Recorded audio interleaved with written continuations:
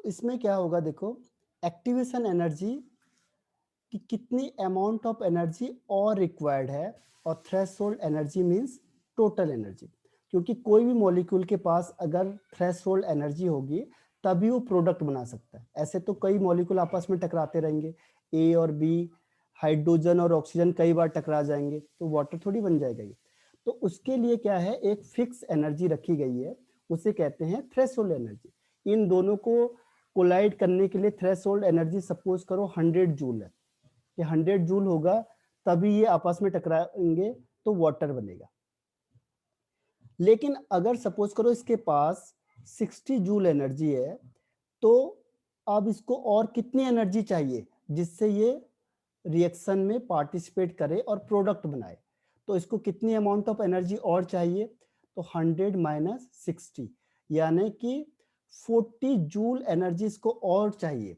तो इस एनर्जी को हम कहते हैं एक्टिवेशन एनर्जी। जो एक्सेस एनर्जी होती है required to take part in chemical reaction is called activation energy. Activate करने के लिए उससे, अभी तो इसके पास 60 ही है और एक्टिवेट करने के लिए कितना चाहिए, 100 चाहिए। तो और कितना रिक्वायर्ड है, 40 जूल एनर्जी इसको अभी रिक्वायर्ड है। जब इतनी एनर्जी मिलेगी तब ये वाटर बना सकता है। ऐसे तो टकराने के लिए हजारों बार टकराते जाओ, कोई फर्क नहीं पड़ेगा। ठीक है, समझ में आई अब activation energy and threshold energy? Clear? कल इसका ग्राफ भी आएगा जिसमें इसको ग्राफ के थ्रू बताते हैं हम लोग, एंडोथर्मिक एक्सोथर्मिक वगैरह आएगा जो लास्ट पोर्शन होगा इसका। तो अब देखो इसमें जो आर्हेनियस ने क्या किया, एक इक्वेशन दी थी जो किसको के और टी में रिलेशनशिप स्टैब्लिश करती है, उसे कहते हैं rate constant is equal to Arrhenius constant e की power minus E A upon R T. पहले आपको ये इक्वेशन याद रखनी है। अब दूसरी इक्वेशन क्या है, फिर हम लेंगे taking L N. L N का मतलब लॉग का बेस ई, ठीक है, इन बोथ साइड, दोनों साइड ले लिया हमने। तो क्या होगा, यहाँ पे आ जाएगा L N K is equal to L N A into E minus E A upon R T. अब देखो इंटू है, तो इंटू में अगर हम दोनों को अलग अलग करेंगे तो बीच में प्लस आ जाता है, फिर आ जाएगा L N E minus E A upon R T. अब ये पावर में है तो ये पावर कहाँ आ जाएगी, आगे आ जाएगी, ध्यान रखना। और दूसरी चीज क्या है, एल एन ई की वैल्यू, जो एल एन ई है इसकी वैल्यू 1 होती है। एल एन का मतलब होता है लॉग ई, और जब ये दोनों सेम होते हैं तो आंसर 1 होता है, तो इसका आंसर 1 हो जाएगा, ये आगे आ जाएगा। तो हो जाएगा L N K is equal to L N A minus E A upon R T. ये इक्वेशन सेकंड है जो आपको याद रखनी है। पहली इक्वेशन ये है, इसमें न्यूमेरिकल सॉल्व होते नहीं है क्योंकि ई की वैल्यू आप कैसे निकालोगे, तो आप इसको किसके थ्रू करोगे, लॉग के थ्रू करोगे। तो ये लॉग के थ्रू यहाँ पे आपको सॉल्व होगा।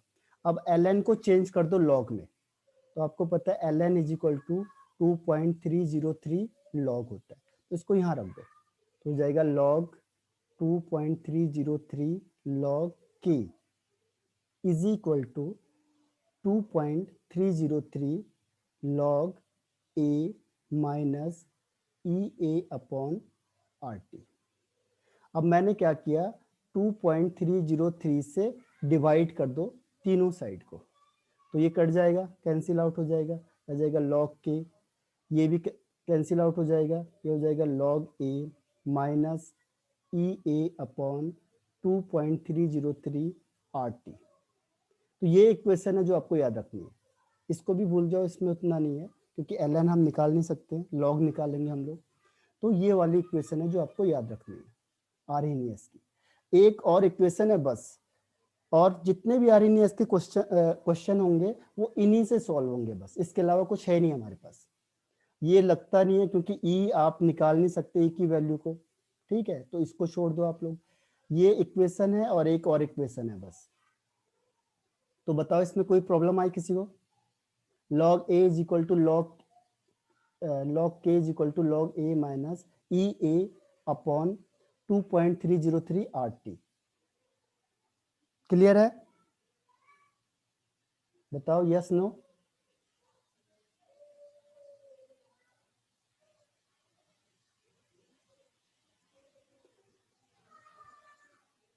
ये याद करना आपने, अब मैं आपको याद कराऊंगा इसके साथ साथ। अब कल परसों से मैं रिवीजन में आ जाऊंगा, तो रिवीजन में मैं आपको पूरा याद कराऊंगा इससे आगे तब बढ़ेंगे अब हम, क्योंकि 4 चैप्टर हैं यही न्यूमेरिकल के, बस जो 15 से 20 मार्क्स का न्यूमेरिकल आएगा वो इन्हीं चैप्टर से आएगा, बस बाकी सब थ्योरेटिकल है इसके आगे। ठीक है, तो इसको मैं अब आगे रिवीजन लूंगा आपका, 14 से स्टार्ट कर दूंगा और आपसे क्वेश्चन कराऊंगा। अब नेक्स्ट देखो, अगर मैंने आपको कल आपको बताया था ग्राफ बनाना, ठीक है, अगर मैंने यहाँ पे लिखा log k और यहाँ पे लिख दिया 1/t, तो बताओ इसका ग्राफ कैसा आएगा।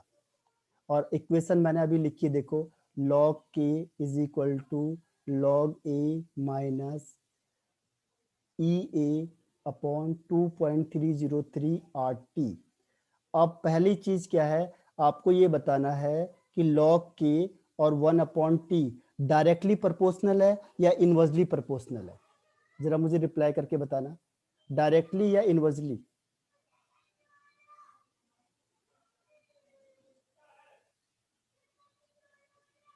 बताओ। हाँ, वेरी गुड श्रुति और हेमंत, राइट आंसर है। लिखो, कुछ ना कुछ करोगे तभी आपको आएगा, अदरवाइज कम यूज माइंड को यूज नहीं करोगे तो फिर आपको लगेगा आपको आया नहीं समझ में। कुछ ना कुछ लिखो जरूर, कुछ ना कुछ, चाहे गलत हो चाहे सही हो। तो इसका है इनवर्सली प्रोपोर्शनल। देखो ये है 1/t, तो ये माइनस साइन की वजह से ये इनवर्सली प्रोपोर्शनल हो गया। तो इनवर्सली का मतलब ये ऐसे ग्राफ बनेगा। देखो ये माइनस साइन है, इन दोनों के बीच में देखो ये तो ऑलरेडी किसके टर्म्स में आ गया है, y is equal to C plus M X. आपको मैंने बताया था एक ही फॉर्मूला है जिसमें आप सारे के सारे ग्राफ सॉल्व करोगे।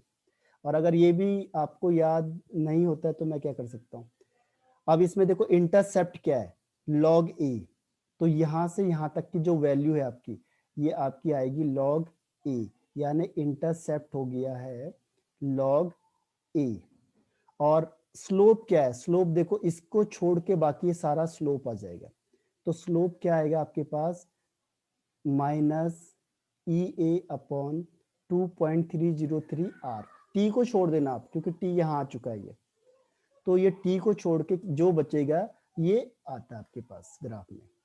तो पहले ग्राफ आपको किस में आया, log k वर्सेस 1/t में, तो ये निकाल लोगे आप लोग। और log की जगह पे कई बार वो क्या करता है, ln कर देता है, ln k कर देगा, और ये 1/t, तब इतना नहीं आएगा। ln में क्या होगा, देखो ln k is equal to ln a minus E A upon R T होता है, ये 2.303 नहीं होगा। ठीक है, तो आप कहोगे मैंने आंसर गलत बता दिया यहाँ पे, तो ये ध्यान रखना है। थोड़ा सा चेंज करा उसने, ln करा, तो यहाँ पे ग्राफ तो सेम बनेगा, लेकिन जो स्लोप आएगा, स्लोप क्या होगा, minus E A upon R, फिर ये 2.303 नहीं रहेगा। दूसरी चीज, स्लोप जो इंटरसेप्ट है वो ln a हो जाएगा, फिर वो log a नहीं रहेगा। तो इसको थोड़ा सा ध्यान रखना है, ln भी दे देता है कई बार, वो कई बार log दे देता है, तो दोनों का डिफरेंस समझना आपने। तो ग्राफ समझ में आ गया ये वाला।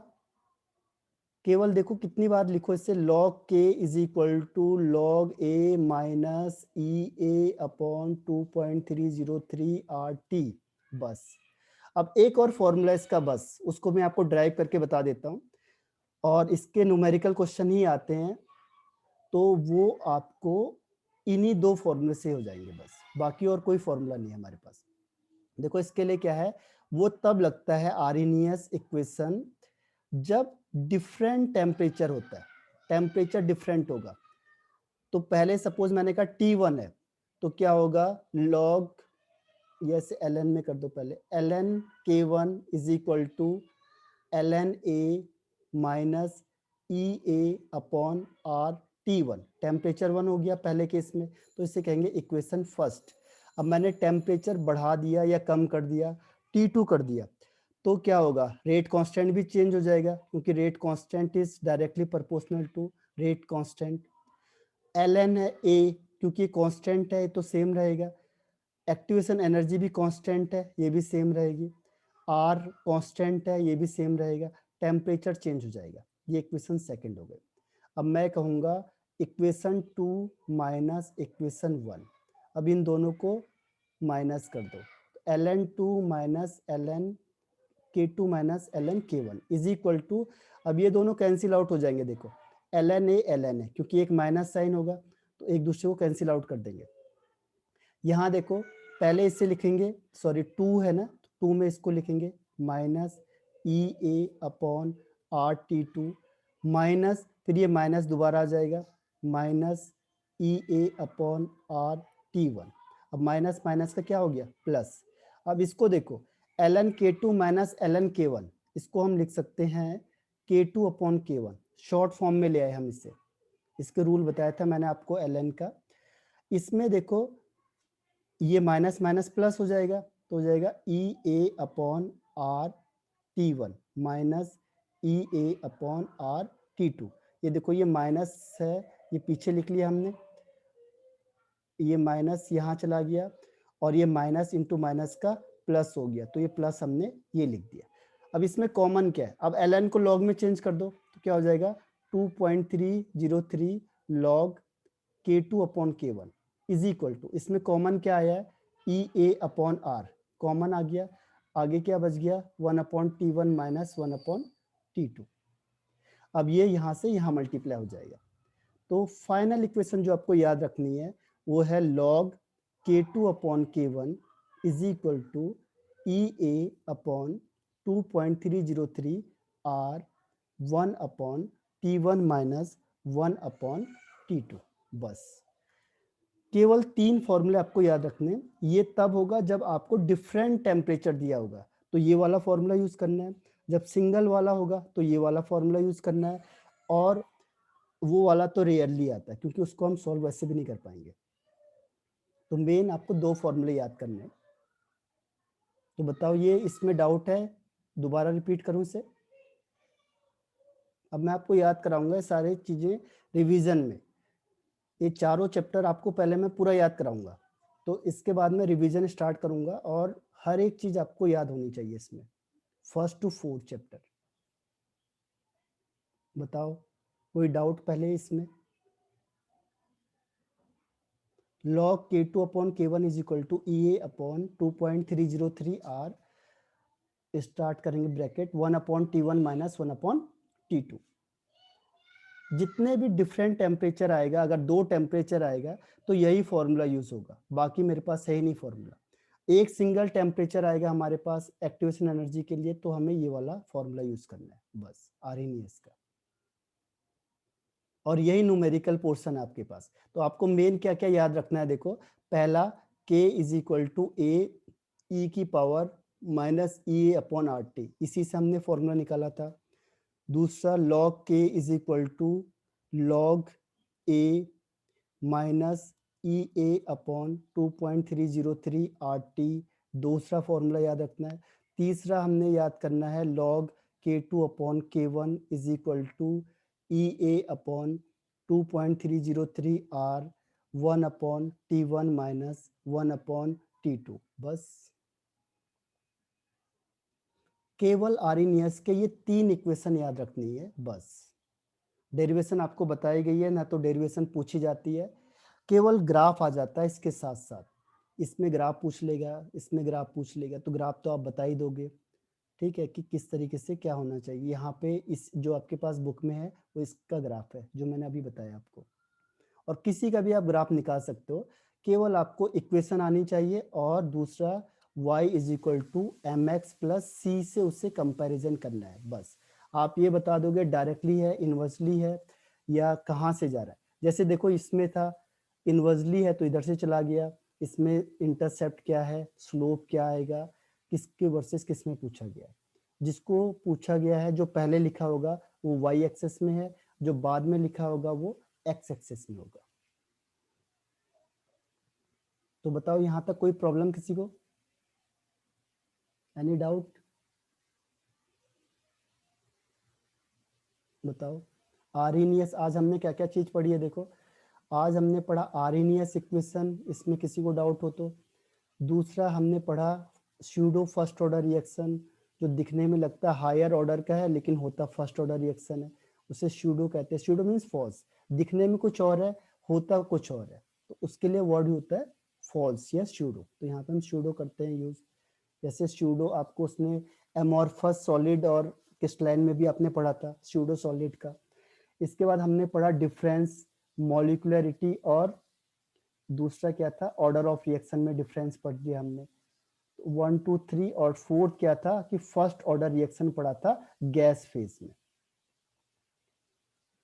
अब लास्ट हमारे पास बचा है कोलिजन थ्योरी बची हुई है, और वो मैं आपको कई बार बता चुका हूँ, वही चीज मैं आपको वहां बताऊंगा कि जब एटम्स आपस में कंबाइंड होंगे तभी रिएक्शन होगी, और एटम्स तब कंबाइंड होंगे जब उनके पास थ्रेशोल्ड एनर्जी होगी, यानी जो मिनिमम एनर्जी चाहिए होती है, अदरवाइज नहीं होगी।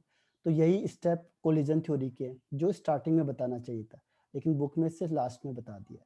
कोलिजन थ्योरी होगी आपकी एक्टिवेशन एनर्जी और आर जो थ्रेशोल्ड एनर्जी है इसका ग्राफ के थ्रू बताना होता है कि कैसे हुआ।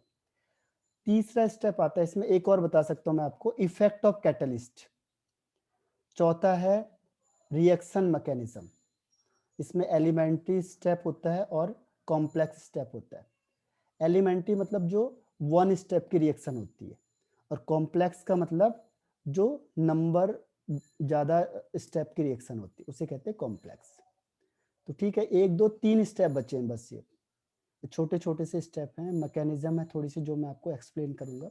फिर मैं आपको पूरा का पूरा जो चारों चैप्टर है उससे बहुत अच्छी तरह से याद कराऊंगा इससे, ताकि इसमें आपको कोई भी दिक्कत ना आए। तो ये रिवीजन चलेगा हमारा, और इसके बाद के कोई भी चैप्टर न्यूमेरिकल नहीं है, फिर थ्योरेटिकली आता जाएगा, फिर उसमें कोई दिक्कत नहीं आने की। बस ये फर्स्ट 4 चैप्टर हैं जो न्यूमेरिकल है। तो इसमें एक और बता देता हूँ आपको पॉइंट में, इफेक्ट ऑफ कैटलिस्ट। कैटलिस्ट करता क्या काम है, तो आपको पता है कि कैटलिस्ट रेट ऑफ रिएक्शन को बढ़ा देता है।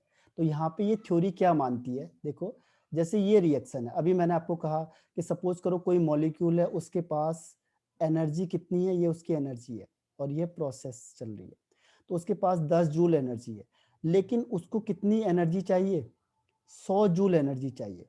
तो हम इसे ग्राफ के थ्रू बताते हैं कि टोटल यहाँ से यहाँ तक कितना है, 100 जूल है, तो इसे कहते हैं थ्रेशोल्ड एनर्जी, जो टोटल चाहिए। जैसे मैंने कहा टोटल आपको 60% मार्क्स चाहिए क्वालिफाई के लिए, तो ये थ्रेशोल्ड मार्क्स हो गए।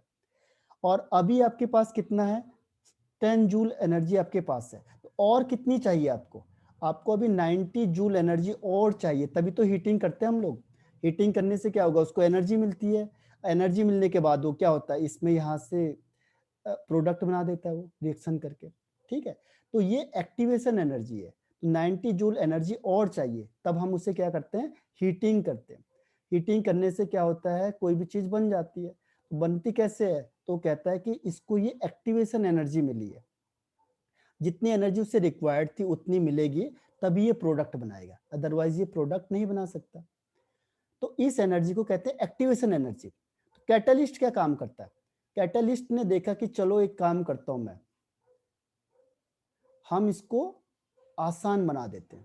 कैटलिस्ट जैसे मैंने कहा टीचर है, टीचर एक कैटलिस्ट का काम करता है कि आप इस चैप्टर को पढ़ोगे तो बहुत टाइम लगाते, और यही चैप्टर है कि 1 घंटे में आप खत्म कर दोगे। आपको तरीका बताएंगे, प्रैक्टिस कराएंगे, तो आप केवल 1 घंटे के अंदर अंदर पूरा चैप्टर खत्म कर सकते हो। अगर मैं आपको 2 3 बार इसे प्रैक्टिस कराऊंगा तो 1 घंटा आपको इनफ होगा कि ये चैप्टर आपको खत्म हो जाएगा, 1 घंटा भी लगने का।